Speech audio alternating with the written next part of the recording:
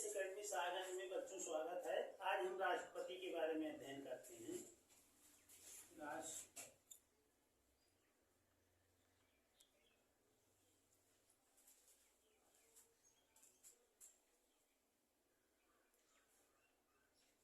राष्ट्रपति का वर्णन भारतीय संविधान का अनुच्छेद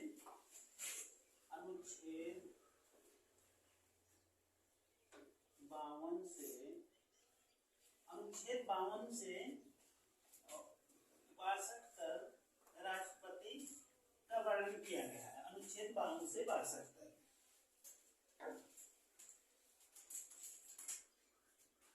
केंद्रीय कार्यपालिका का संवैधानिक प्रधान राष्ट्रपति होता है। केंद्रीय कार्यपालिका का संवैधानिक प्रधान राष्ट्रपति होता है। हमारे देश में संसदीय शासन व्यवस्था को लागू किया गया है। संसदीय शासन व्यवस्था इंग्लैंड के संविधान से वर्णित की गई है। संसदीय शासन व्यवस्था में कार्यपालिका के दो अध्यक्ष होते हैं, जिसमें एक संवैधानिक अध्यक्ष, दूसरा वास्तविक अध्यक्ष होता है। तो राष्ट्रपति जो होता है कार्यपालिका का संवैधानिक अध्यक्ष होता है। कार्यपालिका की समस्त शक्तियां राष्ट्रपति में निहित होगी। इसका प्रयोग वह स्वयं या अपने अधीनस्थ पदाधिकारियों द्वारा करेगा, ऐसा भारतीय संविधान का अनुच्छेद 74 कहता है। तो हमारे देश में राष्ट्रपति का पद गौरवान्वित होता है, मर्यादाओं से परिपूर्ण होता है, और शासन की समस्त शक्तियां उसी के नाम से संचालित की जाती हैं। लेकिन जो वास्तविक शक्तियां हैं वो राष्ट्रपति में निहित न होकर के राष्ट्रपति द्वारा जो पदाधिकारी नियुक्त होते हैं अर्थात मंत्रिपरिषद में निहित होती है। तो संसदीय शासन व्यवस्था में समस्त जो शासन की समस्त शक्तियां होती हैं वो राष्ट्रपति के नाम से संचालित की जाती है। तो राष्ट्रपति का पद गौरवान्वित होता है। अगर हमारे देश में सबसे सर्वोच्च जो पद होता है वो राष्ट्रपति का होता है। राष्ट्रपति से बड़ा हमारे देश का कोई संवैधानिक पद नहीं होता है। तो राष्ट्रपति देश का सर्वेसर्वा होता है, उसी के नाम से शासन व्यवस्था संचालित की जाती है। शासन में उसकी सबसे बड़ी जिम्मेदारी होती है कि वो किस प्रकार जो है शासन व्यवस्था को संचालित करे। तो अनुच्छेद 52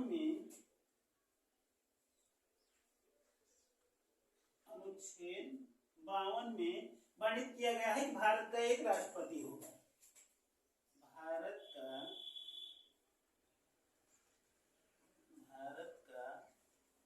एक राष्ट्रपति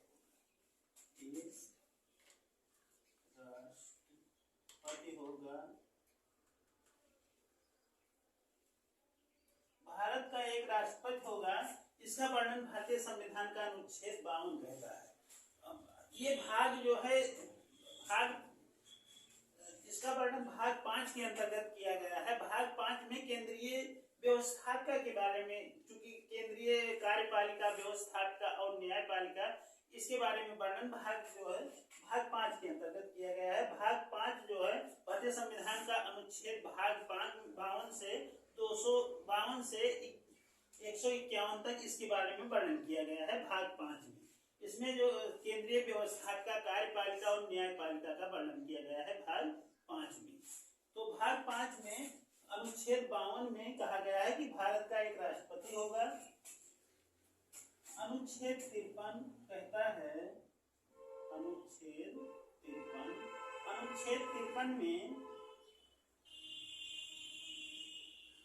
53 में व्यवस्था दी गई है कि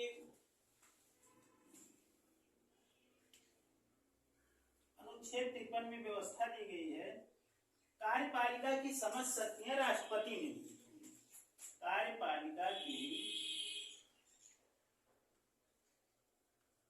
कार्यपालिका की समस्त शक्तियां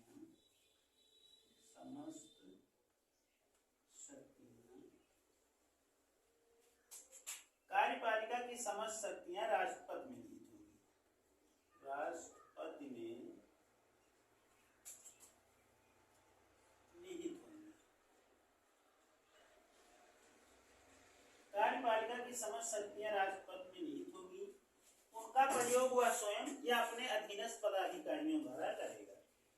तो कार्यपालिका की समस्त शक्तियां राष्ट्रपति में निहित होंगी, ऐसा वर्णन जो है भारतीय संविधान का अनुच्छेद 53 में कहा गया है। कार्यपालिका के दो अध्यक्ष होते हैं, संवैधानिक अध्यक्ष और वास्तविक अध्यक्ष। तो देश का जो राष्ट्रपति होता है वो कार्यपालिका का संवैधानिक अध्यक्ष होता है, उसी के नाम से सारी शासन शक्तियां संचालित की जाती हैं। अनुच्छेद 53 में वर्णन किया गया है कि कार्यपालिका की समस्त शक्तियां राष्ट्रपति में निहित होंगी, उनका प्रयोग वह स्वयं आप या अपने अधीनस्थ पदाधिकारियों द्वारा करेगा।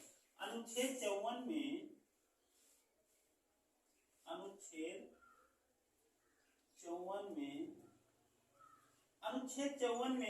वर्णन किया गया है। अनुच्छेद 54 में राष्ट्रपति का निर्वाचक मंडल एक होगा, राष्ट्रपति का जो चयन होगा एक निर्वाचक मंडल के आधार पर होगा। तो अनुच्छेद 54 में कहा गया है राष्ट्रपति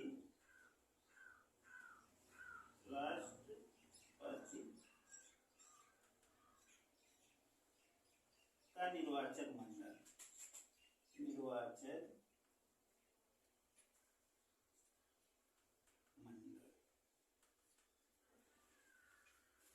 राष्ट्रपति का निर्वाचन जो होता है एक निर्वाचक मंडल द्वारा होता है। राष्ट्रपति के निर्वाचन में संसद के दोनों सदन प्लस राज्य विधानसभा के निर्वाचित सदस्य भाग लेते हैं। तो अनुच्छेद 54 व्यवस्था दी गई है कि राष्ट्रपति का एक निर्वाचक मंडल होगा। राष्ट्रपति निर्वाचक मंडल में जो मतदान होता है अनुपातिक प्रतिनिधित्व के अंतर्गत एकल संक्रमणीय द्वारा गोपनीय मतदान होता है। तो राष्ट्रपति का निर्वाचक मंडल होगा, ऐसा वर्णन जो है भारतीय संविधान का अनुच्छेद 54 में कहा गया है कि राष्ट्रपति के निर्वाचक मंडल में कौन कौन भाग लेता है। तो संसद के दोनों सदन, लोकसभा और राज्यसभा प्लस राज्य विधानसभा के निर्वाचित सदस्य भाग लेते हैं। इसमें मनोनीत सदस्य भाग नहीं लेते हैं। राष्ट्रपति के निर्वाचक मंडल में मनोनीत सदस्य भाग नहीं लेते हैं। तो भाग कौन कौन लेता है निर्वाचक मंडल में? तो निर्वाचक मंडल में संसद के दोनों सदन, लोकसभा और राज्यसभा प्लस राज्य विधानसभाओं के निर्वाचित सदस्य भाग लेते हैं। निर्वाचक मंडल में इसकी व्यवस्था क्या है? तो अनुपातिक प्रतिनिधित्व के अंतर्गत एकल संक्रमणीय पद्धति द्वारा राष्ट्रपति का गोपनीय मतदान होता है। ऐसी व्यवस्था अनुच्छेद 54 में दी गई है। अनुच्छेद 55 में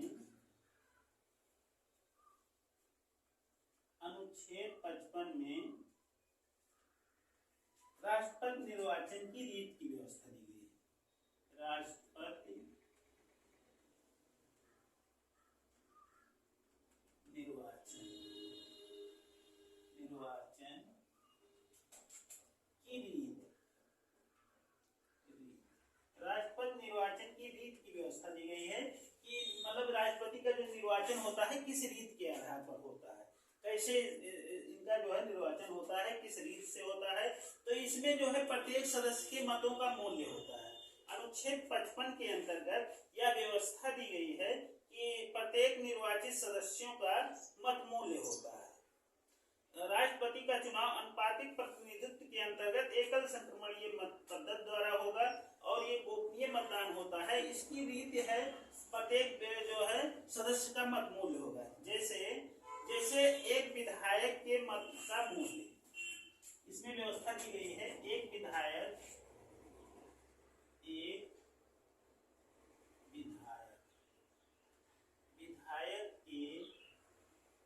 मत का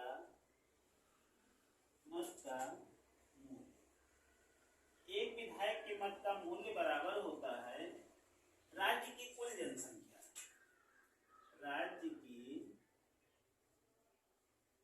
कुल जनसंख्या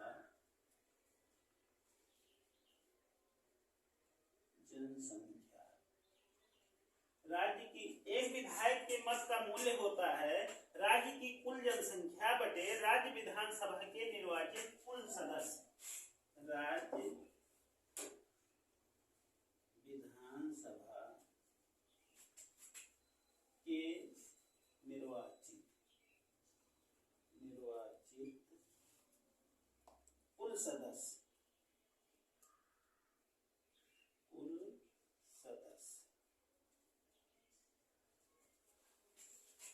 एक विधायक के मत का मूल्य होता है राज्य की कुल जनसंख्या बटे राज्य विधानसभा के निर्वाचित कुल सदस्य गुणे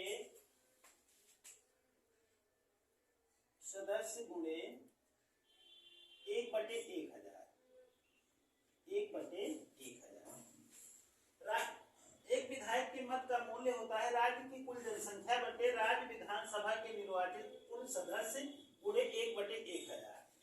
इसको जो है भाग इस तरीके जो है एक विधायक के मत का मूल्य निकल आता है। तो ये व्यवस्था जो है अनुच्छेद 55 के तहत दी गई है कि अनुच्छेद 55 में राष्ट्रपति के निर्वाचन की रीति है, मतलब किस रीत के आधार पर राष्ट्रपति का निर्वाचन किया जाता है। तो राष्ट्रपति का निर्वाचन एकल संक्रमणीय मत पद्धति द्वारा गोपनीय मतदान होता है और उसी के तहत एक विधायक के मत का मूल्य राज्य की कुल जनसंख्या बटे राज्य विधानसभा के निर्वाचित कुल सदस्य गुणे 1/1000 से भाग देने पर जो है मत मूल्य निकल आता है। एक संसद के मत का मूल्य क्या होता है? एक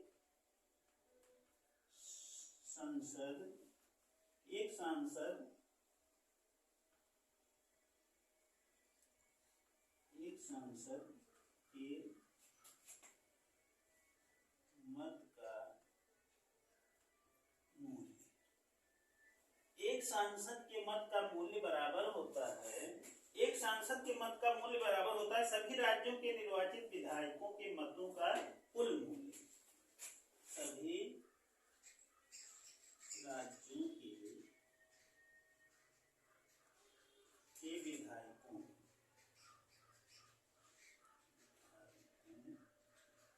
के मतों का कुल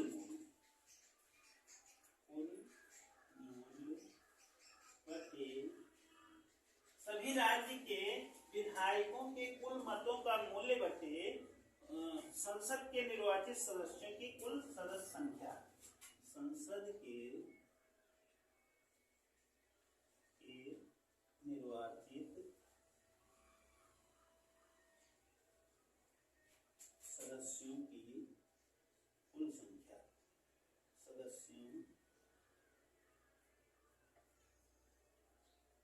कुल संख्या, कुल संख्या।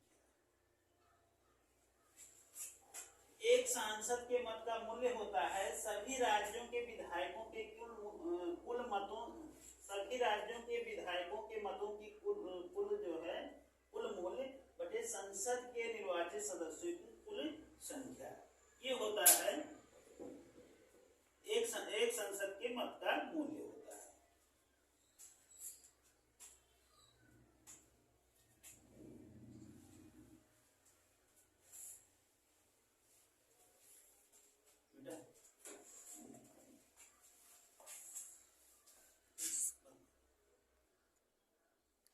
अनुच्छेद 56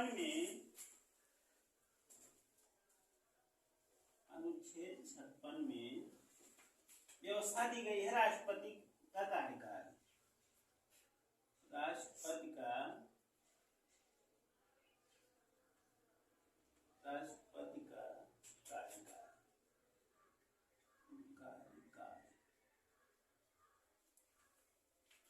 अनुच्छेद 56 में व्यवस्था दी गई है राष्ट्रपति का कार्यकाल कितना होगा, समय अवधि कितनी होगी। तो राष्ट्रपति निर्वाचित होने की तिथि से उसका कार्यकाल सामान्यतः 5 वर्ष होता है। तो राष्ट्रपति का कार्यकाल सामान्यतः कितना होता है, 5 वर्ष। ऐसा वर्णन जो है भारतीय संविधान का अनुच्छेद 56 कहता है। राष्ट्रपति का कार्यकाल सामान्यतः 5 वर्ष होगा। उसके पद धारण करने की तिथि से 5 वर्ष तक वो अपने पद पर बना रह सकता है। तो ऐसी व्यवस्था जो है भारतीय संविधान का अनुच्छेद 56 कहता है। अनुच्छेद 57 में व्यवस्था दी गई है पुनः निर्वाचन की।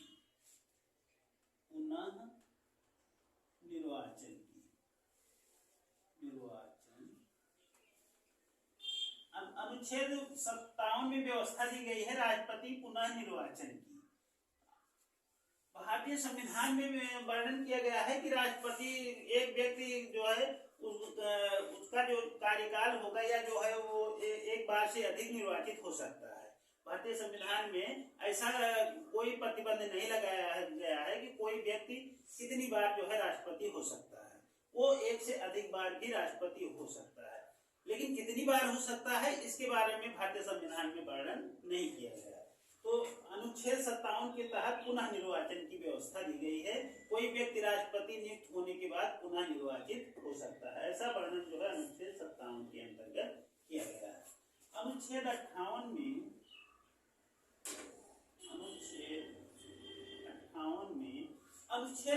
में व्यवस्था दी गई है राष्ट्रपति निर्वाचन होने के लिए आहारताएं हैं। राष्ट्रपति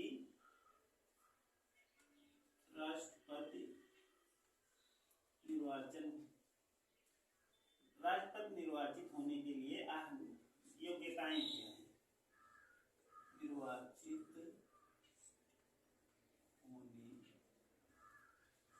राष्ट्रपति निर्वाचित होने की योग्यता।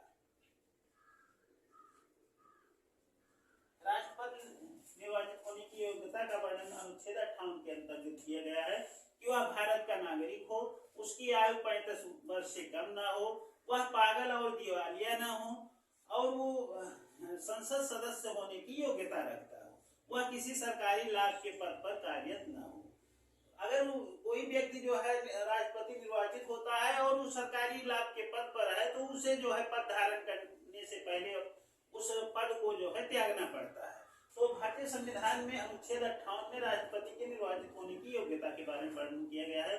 तो राष्ट्रपति निर्वाचित होने की सबसे बड़ी पहली योग्यता है वह भारत का नागरिक हो, उसकी आयु 35 वर्ष से कम ना हो, वह पागल और दिवालिया ना हो,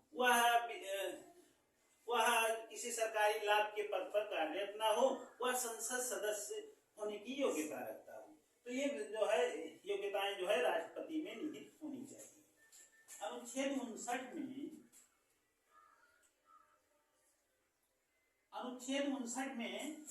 व्यवस्था दी गई है।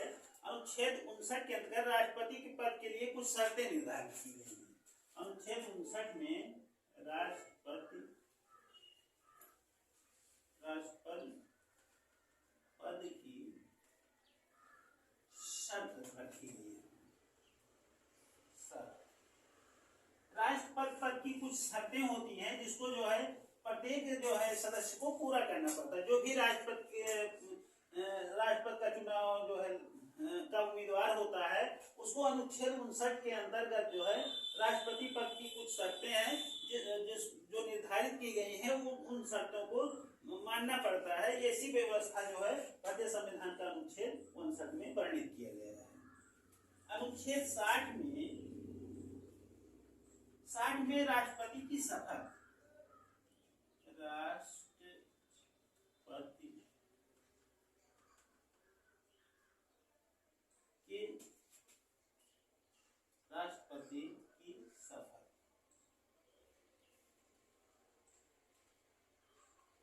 राष्ट्रपति पद की शपथ लेनी पड़ती है। राष्ट्रपति निर्वाचित होने के पश्चात राष्ट्रपति की पद की शपथ लेनी पड़ती है। ऐसा वर्णन अनुच्छेद 60 के अंतर्गत किया गया। राष्ट्रपति को शपथ कौन दिलवाता है? तो भारत का मुख्य न्यायाधीश राष्ट्रपति को पद और गोपनीयता की शपथ दिलवाता है।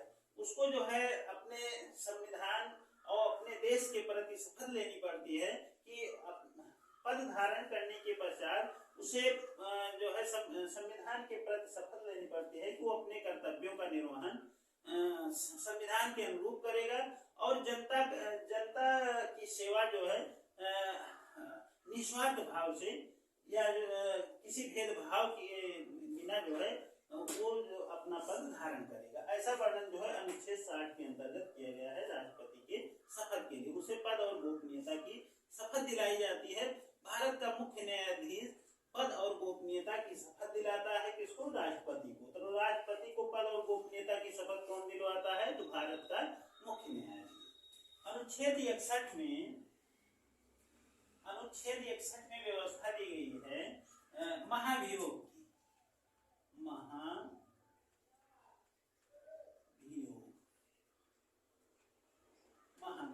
राष्ट्रपति यदि संविधान के अनुरूप कार्य नहीं करता है तो उसके विरुद्ध महाभियोग लाया जा सकता है। राष्ट्रपति को पद से हटाने के लिए महाभियोग लाया जाता है। ये महाभियोग लाता कौन है? तो संसद के दोनों सदनों द्वारा राष्ट्रपति पर महाभियोग निर्धारित किया जाता है। राष्ट्रपति पर महाभियोग लगाने से के पूर्व राष्ट्रपति को 14 दिन पहले उसे नोटिस देनी पड़ती है। यदि नोटिस देने के बाद संसद का कोई भी सदन इनके ऊपर महाभियोग चला सकता है। महाभियोग चलाने के लिए कम से कम 1/4 सदस्यों का मत जरूरी होता है। 1/4 का मतलब होता है 25% संसद सदस्यों का मत जरूरी होता है। अगर महाभियोग जो है संसद के कुल निर्वाचित सदस्यों के 2/3 बहुमत से पास होना जरूरी होता है। अगर पहला सदन या जो है लोकसभा अथवा राज्यसभा 2/3 बहुमत से पास कर देता है तो यह प्रस्ताव संसद के दूसरे सदन में पेश किया जाता है। संसद का दूसरा सदन भी अगर 2/3 बहुमत से यह प्रस्ताव पारित कर देता है तो राष्ट्रपति को अपने पद से हटना पड़ता है। तो ऐसा वर्णन अनुच्छेद 61 के अंतर्गत किया गया है राष्ट्रपति पर महाभियोग लगाकर। अगर राष्ट्रपति संविधान के अनुरूप कार्य नहीं करता है तो उसको पद से हटाया जा सकता है। पद से हटाने की व्यवस्था जो दी गई है वो संसद को दी गई है।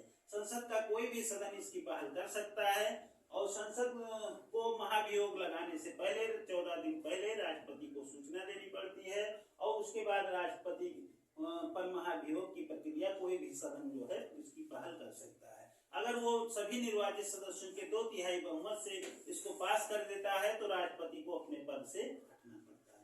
ऐसी व्यवस्था भारतीय संविधान का अनुच्छेद 61